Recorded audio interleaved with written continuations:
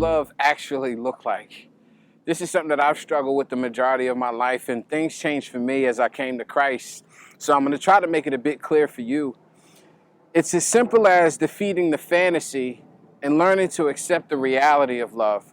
See, the fantasy tells us that love is somewhat of a Disney approach. I remember coming up as a kid and thinking of love as poems, it being beautiful words, it being just beautiful things, it being that one person that you meet in life that you call your soulmate, and you feel like you can rest the rest of your life on this person's shoulders to take care of you.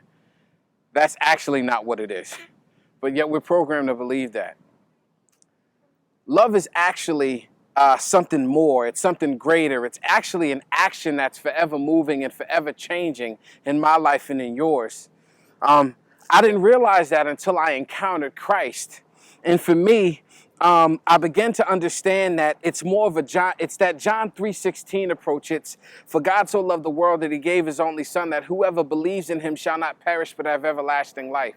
Let me translate that for you.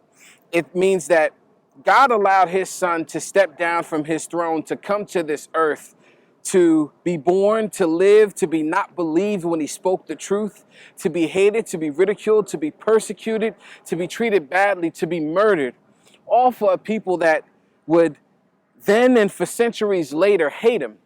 Even some would come to just not even want to hear anything about Christ or anything about the gospel. They come to their own thoughts about it, their own opinions about it. They've decided not to accept him for anything. Christ has been dumbed down to become nothing more than a political figure or a historical figure.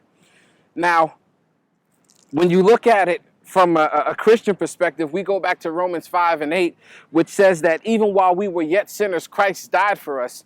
This means that even though we ourselves at one point didn't accept him, we did nothing but reject him, he still died for us thousands of years ago just so we could know him today. And that truth still stands. So why is this so hard to grasp? Why is this so hard for believers as well as non-believers? Why is it that we as believers still sometimes believe the fantasy over the reality? We believe that love is a Disney approach versus something that was bought through blood. Why is it that non-believers don't even want anything to do with it? Why can't we grasp it as a whole? It's as simple as comparing air to this bottle of water. See, this bottle of water, I can feel it, I can squeeze it. It's cold, I can drink it, it'll quench my thirst. We're out here in the sun, for God's sake, right? So I know that it's going to do something for me as soon as I open it. But now think about the air. The air is always around us. We feel the wind, we see its power, but we can't grab it. We can't harness it, we can't control it. See, we can control this, but we can't control air. And that's one of the reasons why we have trouble grasping it. The air is always around us. It's always there. It's not going anywhere. It's there with you while you're sleeping. It's working on your behalf while you're completely incapacitated in your dream, dreaming about whatever it is you're dreaming about that night. But yet it's still there, and that's how the love of God is.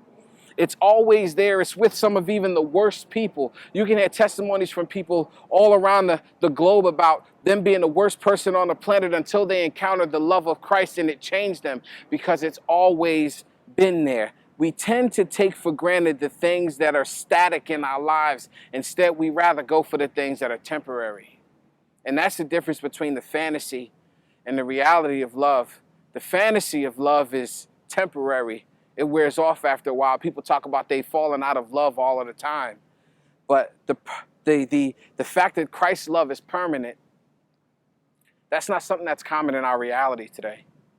We're not told to look for things that are going to last forever. We're told to move from moment to moment rather than deal with the love that's everlasting.